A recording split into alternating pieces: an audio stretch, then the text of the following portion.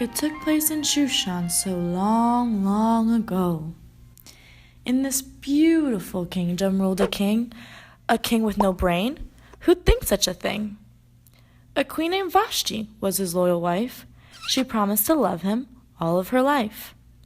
At his grandest of parties the king did command Queen Vashti danced for royal men of the land. I am not your servant, and dance I will not. Vashti was banished. Away she did go. Where did she go? That we do not know. A new queen to be chosen in an unusual way, in a beauty contest held the very next day. All the maidens of the land were forced to appear, from near and from far and from near.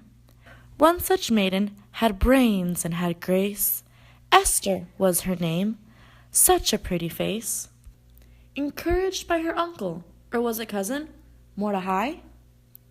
I beg you, dear Esther, this you must try. With your brains and your beauty, you he would choose. Go, go, go, go, comb your hair, wear nice shoes. The contest was held. They came one and all. And Esther, of course, was the queen of the ball. So now back to Haman, that cruel, crusty fellow. At the top of his lungs, he continued to bellow. Bow down, now I command, or great harm will come to you in this land. Mordecai, of course, refused to obey. I bow only to God to my last dying day. Mordecai turned his back, and others did follow. As for Haman, well, his pride he had to swallow. That Jew Mordecai has ruined my heinous plot. Because of this affront, I will have to draw lots. The straw that I pick, the one that comes nigh, is the day that the Jews of Persia shall die. Into this three-cornered hat he did cast all of the dates, the future, the past. The lot that he picked was the 13th of Adar. Make ready the gallows, Adar is not far. Right after Haman he did pester, went Mordecai to see Queen Esther. At the palace gate 2 guards he did broach, plotting to kill King Ahasuerus. Brave Morty protected his king and his land by revealing the plot in the palace grand. The king in his chamber that evening did read of Mordecai's loyalty in the book of good deeds. Who is this Mordecai who foiled the guard's plan? I must reward him. Send him for Haman. A question to Haman Ahasuerus did pose. How should I honor a man who has been on his toes?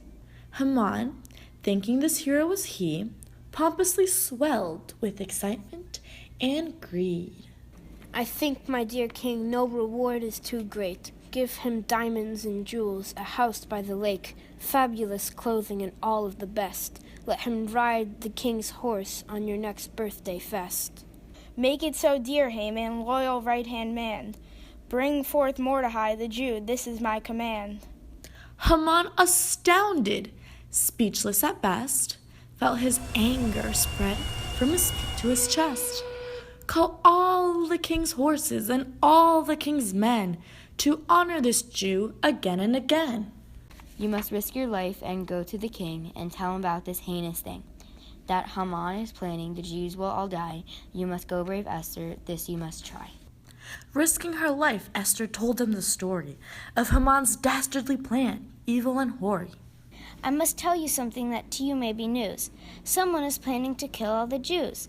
I fear my dear husband, unless you act with your heart. I too will die on the 13th of Adar. Esther, dear Esther, tell Haman your fear. Don't be afraid, tell him, my dear. You, who did plot to destroy all the Jews, also will kill me, whom the king did choose. I sentence you now to the gallows you built. Not a single drop of Jewish blood shall be spilt. Pack up your belongings, but don't go far. On the gallows you'll be swinging on the 13th of Adar.